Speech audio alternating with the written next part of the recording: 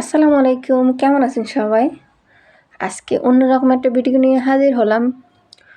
তো ভিডিওটার রেসিপিটা হয়তো আপনারা আগে করছেন কিনা আমি জানি না। তবে আমার জন্য একদম নতুন, আমি ট্রাই করতেছি।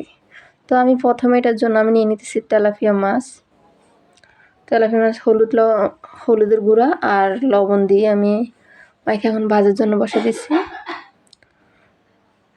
এর ভিতরে আমি করব ধুন্দুলের লবণ আর হলুদ দিয়ে মেখে নেব, যেমন পটল অথবা বেগুন ভাজি করে সেম করে হলুদ আর লবণ মাখে আমি ভাজবো।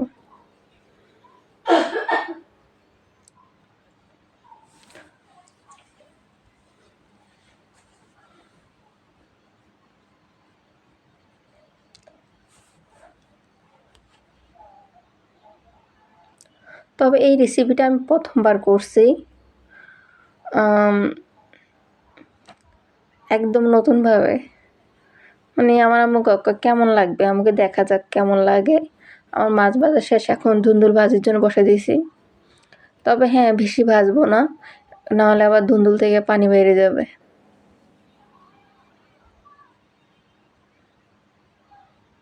দেখছেন, বাদামি কালার হয়ে গেছে। বেশি অত পোড়া পোড়া করি নাই।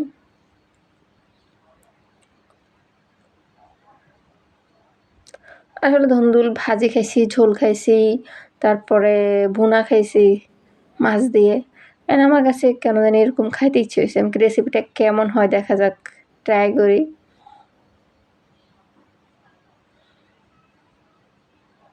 তো আমি এখানে দিয়ে দিছি পেঁয়াজ কুচি। তো আমাদের ঘরে পেঁয়াজ কম ছিল সেদিন, তাই আমি যা ছিল তাই দিয়ে দিলাম। এখন দিয়ে দিতেছি রসুন বাটা। এই তো ভাজা হয়ে গেছে, দিয়ে দিছি একটু পানি। এখন দিয়ে দিলাম মরিচের গুঁড়া। আর যেহেতু আমরা ওখানে হলুদের গুঁড়া লবণ দিছি, তাই এখানে লবণটা একটু কমে দেওয়ার চেষ্টা করবেন, আর হলুদের গুঁড়াটাও। কারণ যদি একটু কমায় না দেন তাহলে একটু কড়া লাগবে আর কি, নুনতা লাগবে। তো আমার প্রায় কষানো শেষ, এখন আমি ঝোল দিয়ে দেব। ঝোলটা বেশি দেওয়া যাবে না, কারণ আমরা যেহেতু এটা মাখা মাখা করব, তাই অল্প করে ঝোল দিতে হবে। আর যেহেতু মাছ ভাজা আর ধুন্দুলও ভাজা, ধুন্দুল তো এমনিতেই লাজুক তরকারি, এক সিদ্ধতেই অল্পতেই সিদ্ধ হয়ে যায়। তো আমি সুন্দর লাগার জন্য একটু উল্টাই দিলাম। আসলে আন্দাজি হঠাৎ করে কেউ দেখলে বুঝবে না যে এটা ধুন্দুল ভাজি করছে। এখন দিয়ে দিচ্ছি মাছ।